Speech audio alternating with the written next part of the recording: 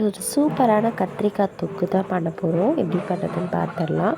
First ஒரு பேனில் கொஞ்சம் நிறைய எண்ணெய் ஊற்றி கொஞ்சமாக கடுகு, சின்ன சின்னதாக நறுக்கிய வெங்காயம், தக்காளி இதெல்லாம் போட்டு நல்லா வதக்கிடுங்க. இது வதக்கிறதுக்காக கொஞ்சமாக உப்பு, கொஞ்சமாக மஞ்சத்தூள் ஆட் பண்ணிக்கலாம். எந்த அளவுக்கு வந்து நம்ம குட்டியாக வந்து கட் பண்ணுறோமோ அந்த அளவுக்கு வந்து டேஸ்ட் நல்லாயிருக்கும். ஸோ அதுக்கேற்ற மாதிரியே வந்து கத்திரிக்காயும் ரொம்ப குட்டியாக கட் பண்ணிக்கோங்க. அப்போ தான் அதுக்கு வந்து நல்லா தொக்கு மாதிரி வந்து ரெடி ஆகும். ஸோ இப்போ பூண்டு வந்து நல்லா இடித்து வச்சு ஒரு எண்ணெய் பாட்டிலும் இடித்து வச்சு அந்த தக்காளி கூட நல்லா மிக்ஸ் பண்ணிக்கலாம். நம்ம மஞ்சள் உப்பு ஆட் பண்ணும்போது சீக்கிரமாக வதங்கிடும்.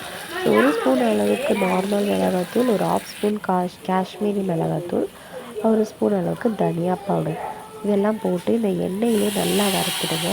இது கூடவே வந்து குட்டியாக நறுக்கிய கத்திரிக்காயும் எண்ணெயிலே நல்லா வதக்குங்க. அது கலர் சேஞ்ச் ஆகிறையும் மிக்ஸ் பண்ணிகிட்டே இருந்தீங்கன்னா தான் உங்களுக்கு அடி பிடிக்காது. நமக்கு தொக்கு மாதிரி வேணும்னா கொஞ்சமாக தண்ணி ஊற்றிக்கலாம். இல்லை நம்ம வந்து சாப்பாடில் பெசஞ்சு சாப்பிட போகிறோம் அப்படின்னா கொஞ்சம் நல்லா தேவையான அளவுக்கு தண்ணி ஊற்றிக்கோங்க. நல்லா கொதி வந்ததுக்கப்புறம் ஒரு 1/2 லெமன், ரொம்ப சின்ன சைஸ் லெமன் அளவுக்கு புளி கரைச்சி ஊற்றிக்கோங்க. நல்லா கொதி வந்ததுக்கப்புறம் ஆஃப் பண்ணிட்டீங்க அப்படின்னா சூப்பரான கத்திரிக்காய் தொக்கு ரெடி.